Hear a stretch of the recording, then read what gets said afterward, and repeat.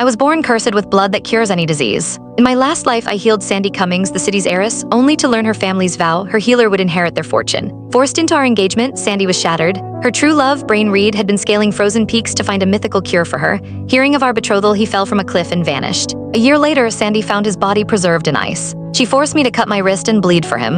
If you hadn't interfered, Brain would have saved me. You killed him, she screamed. If your blood is miraculous, bring him back. Sandy, he's been dead a year. I heal the sick, not raise the dead, I pleaded, but she watched cold-eyed as I bled out. When I awoke, I was back at the day the Cummings summoned me to heal her. I glanced at her pale form in the wheelchair and raised a brow. Miss Cummings, those legs are beyond repair. No one can heal them. One? At my words, Sandy slowly lifted her head, her delicate features flushing with rage. You quack, get out of my house. A faint smile touched my lips as I turned to her mother, who stood beside me.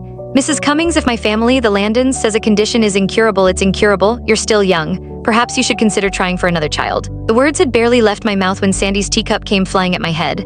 I sidestepped, and the porcelain, worth thousands, shattered against the marble floor. Mrs. Cummings, startled, rushed to apologize. Mr. Landon, please forgive us. I apologize on Sandy's behalf. Her condition has made her. I waved a dismissive hand. I understand. I won't lower myself to argue with a cripple. I saw Sandy's entire body tremble with fury as I turned and walked out of the Cummings mansion. Mrs. Cummings hurried after me, her voice a desperate whisper. Mr. Landon, is there truly no other way? I've heard the Landon family possesses a secret art of healing, a cure for all ailments. If you can heal Sandy's legs, the Cummings family will grant you anything you desire. But the problem wasn't that I couldn't heal her, it was that I wouldn't. In my past life, Sandy had blamed me for Brain's death, stubbornly believing that the alpine star bloom he sought would have been her salvation. If she had possessed a single shred of logic, she would have known the flower was little more than a potent tonic, its miraculous properties wildly exaggerated. But when she discovered it was my blood, used as the base for her medicine that had truly healed her, she didn't hesitate.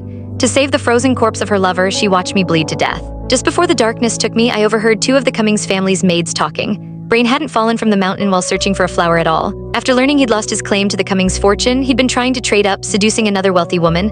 Her husband found out and was the one who threw Brain from that cliff. This time I would not get entangled in their toxic drama. May they truly live happily ever after. I'm afraid there's nothing I can do for Miss Cummings's legs. Sandy, having wheeled herself to the doorway, overheard me. Her sweet voice was laced with venom. Mother, Brain is already on his way to the highest peaks. He'll bring back the alpine starbloom and my legs will be healed. She shot me a glare. My business is my own. I don't need a stranger's pity. Mrs. Cummings sighed, a deep, weary sound. Darling, the starbloom might help with your recovery, but it's not enough to make you walk again. The Landons are your last hope. Sandy remained resolute. I said Brain will heal me. I gave her one last, long look before bidding Mrs. Cummings farewell. As I stepped through the gates of the estate, a black town car screeched to a halt in front of me.